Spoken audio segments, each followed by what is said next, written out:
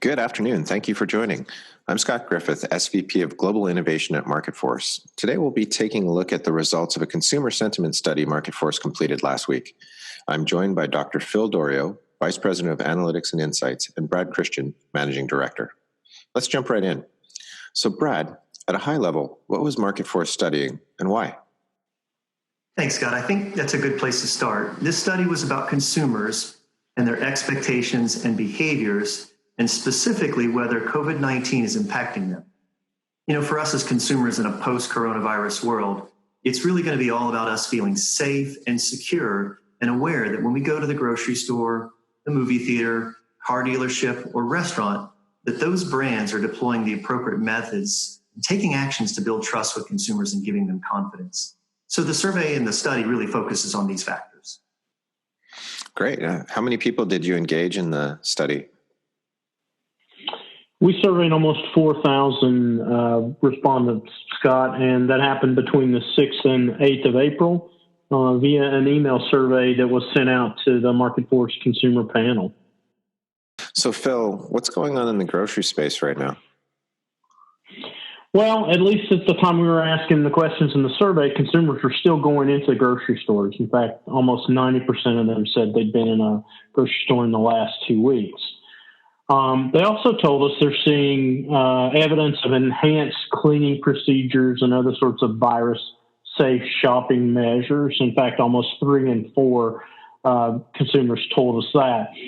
The interesting thing, kind of as a secondary observation with that, is that only about 40% of those who said they had seen these enhanced procedures and so forth thought that they really went far enough. And then I guess I would just like to call out a couple of brands that were real standouts in the questioning with respect to grocery store cleanliness procedures and so forth. And both Kroger and Publix were called out specifically by consumers for the positive sorts of ways that they are handling cleaning and safety and virus-safe shopping measures. So well done to those two brands. Yeah, it's great to hear that Kroger and Publix are doing such a fantastic jobs with consumers. In terms of the study, what's changed with consumer shopping behavior so far? Yeah, that's a good question. We are seeing more consumers taking up at least a trial usage of curbside pickup.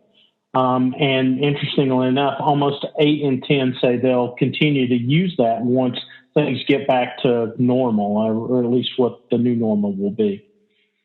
That's interesting. That's a major shift in terms of how consumers use these brands. What potential risks do you see for grocery? Well, there's obviously the disruption to their operations that happens if curbside pickup continues to, those trials continue to grow and that becomes a major part of their business. That'll probably deserve its own webinar if we continue to see that trend grow. The biggest risk I think we see, at least in this initial study, involves the finding that consumers are visiting brands that they don't normally go to.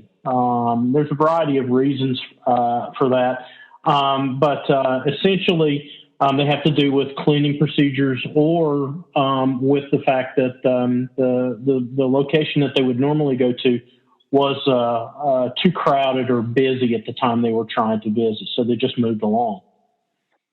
Understood. Thanks for that, Phil. I think that really helps kind of put in perspective what's going on in grocery. I know there's a lot more to the study, but that's a great primer.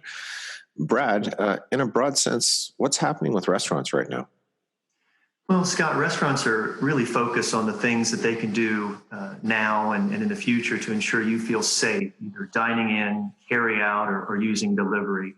Gloves, masks, plexiglass, and peroxide-based cleaning solutions are all topics of conversation right now. Yeah, I'm starting to see that out in my community as well. I know that we also kind of addressed some risk factors. What are the risks that brands are facing in this new environment that we're faced with? No differently than why 9/11 forced us all to have to take off your shoes and belts before we flew. There will be shifts to the new normal.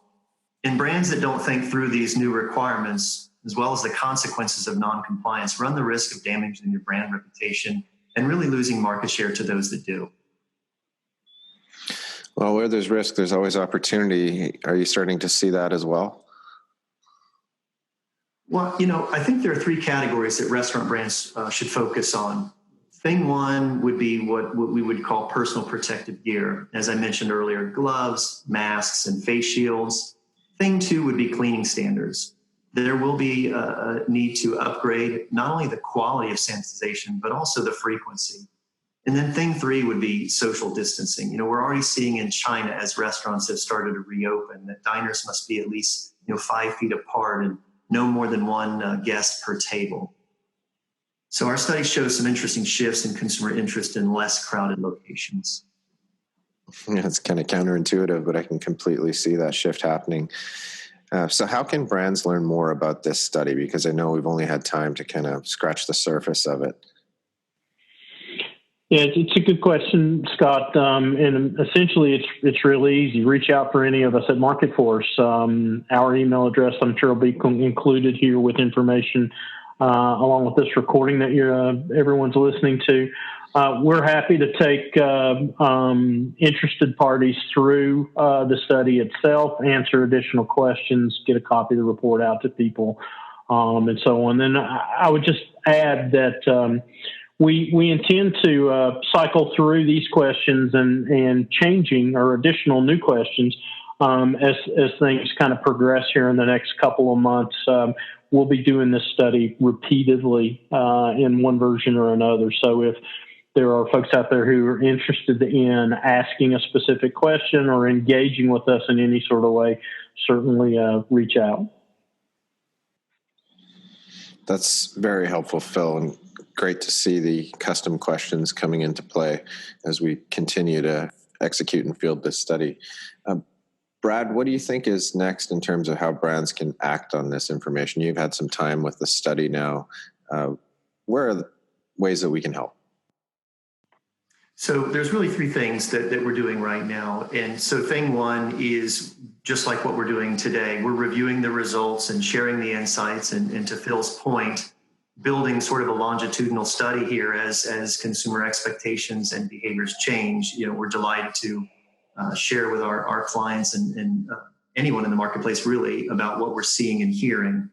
I think the second thing that would be helpful is, we're providing something we're referring to as a brand trust audit. And it's really an opportunity to help brands measure compliance through our network of over 300,000 global contractors. Or we're empowering brands to leverage our Eyes On mobile app, so above store leadership can keep their finger on the pulse and upload results to executive teams in real time. And then the third thing that we're doing to help companies prepare for this new world through a 2020 brand relaunch is through the deployment of something we refer to as our Customer Outcome Impact Study. And that's really a diagnostic and consulting service that we use to work with businesses to help them re-engineer their plan for the balance of 2020. Perfect. Thank you, Brad. And thank you, Phil, as well. And thanks for joining us all who have tuned in. We're really looking forward to continuing to field this study to keep brands informed as to how the marketplace is changing, what those changes are, and how they can be most effective with consumers going forward. So please take a look at the links and get in touch if you would like to hear more. Thanks again.